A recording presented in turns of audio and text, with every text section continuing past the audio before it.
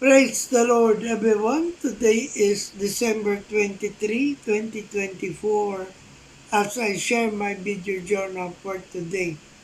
For today, we are talking about the 4 important things that make God angry. So number 1 is wickedness.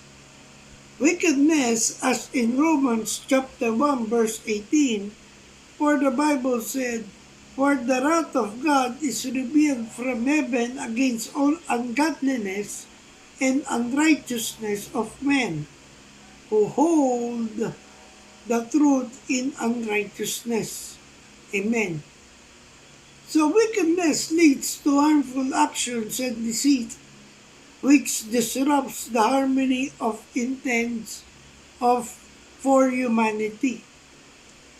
It causes pain and suffering, distancing people from God's love and God's goodness.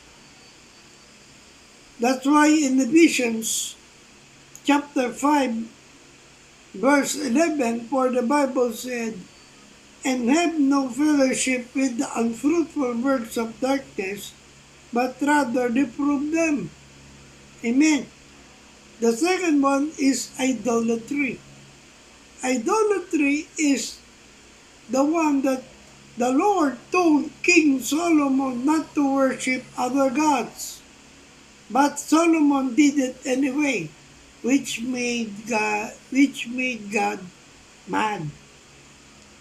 That's why in Leviticus chapter 19 verse 4, for the Bible said, "Turn ye not unto idols, nor make to yourselves molten gods. I am the Lord your God." Amen. So idolatry distracts people from worshiping the one true God, leading them to follow false beliefs and practices that be harmful.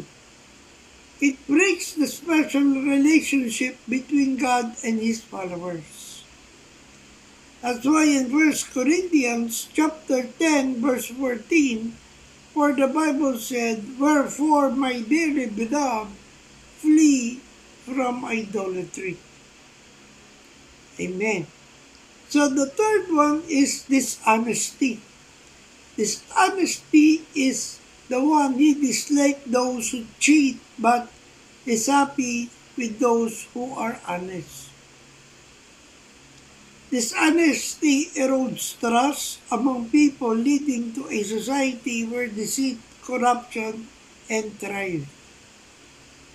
So in Colossians chapter 3 verse 9 to 10, for the Bible said, "Lie not one to another, seeing that ye have put off the old man with his deeds." Verse 10, "And have put on a new man, which is renewed in knowledge after the image of him that created him." Amen. So honesty, on the other hand, builds trust and integrity, reflecting God's nature. That's why in Proverbs chapter 11 verse 3, for the Bible said, "The integrity of the upright shall guide them, but the perverseness and transgressors shall destroy them." Amen. And the last one is injustice. Injustice. When innocent people were punished and the guilty go free. So injustice undermines fairness and equality, creating a world where the vulnerable suffer. That's why in Proverbs chapter 17 verse 15, for the Bible said, "He that justifieth the wicked, and he that condemneth the just, even they both are abomination to the Lord." Amen. So God desires a just world where everyone is treated fairly and with compassion. However, God is pleased with those who fear Him and trust in His mercy. That's why in Micah, chapter 6, verse 8, for the Bible said, He had showed thee, O man, what is good, and what doeth the Lord required of thee, but to do justly, and to love mercy, and to walk humbly with thy God. Amen. Same in Proverbs chapter 31, verse 8 to 9. But the Bible said, Open thy mouth for the dumb in the cause of all such as are appointed to destruction. Verse 9, Open thy mouth, judge righteously, and plead the cause of the poor and needy. Amen.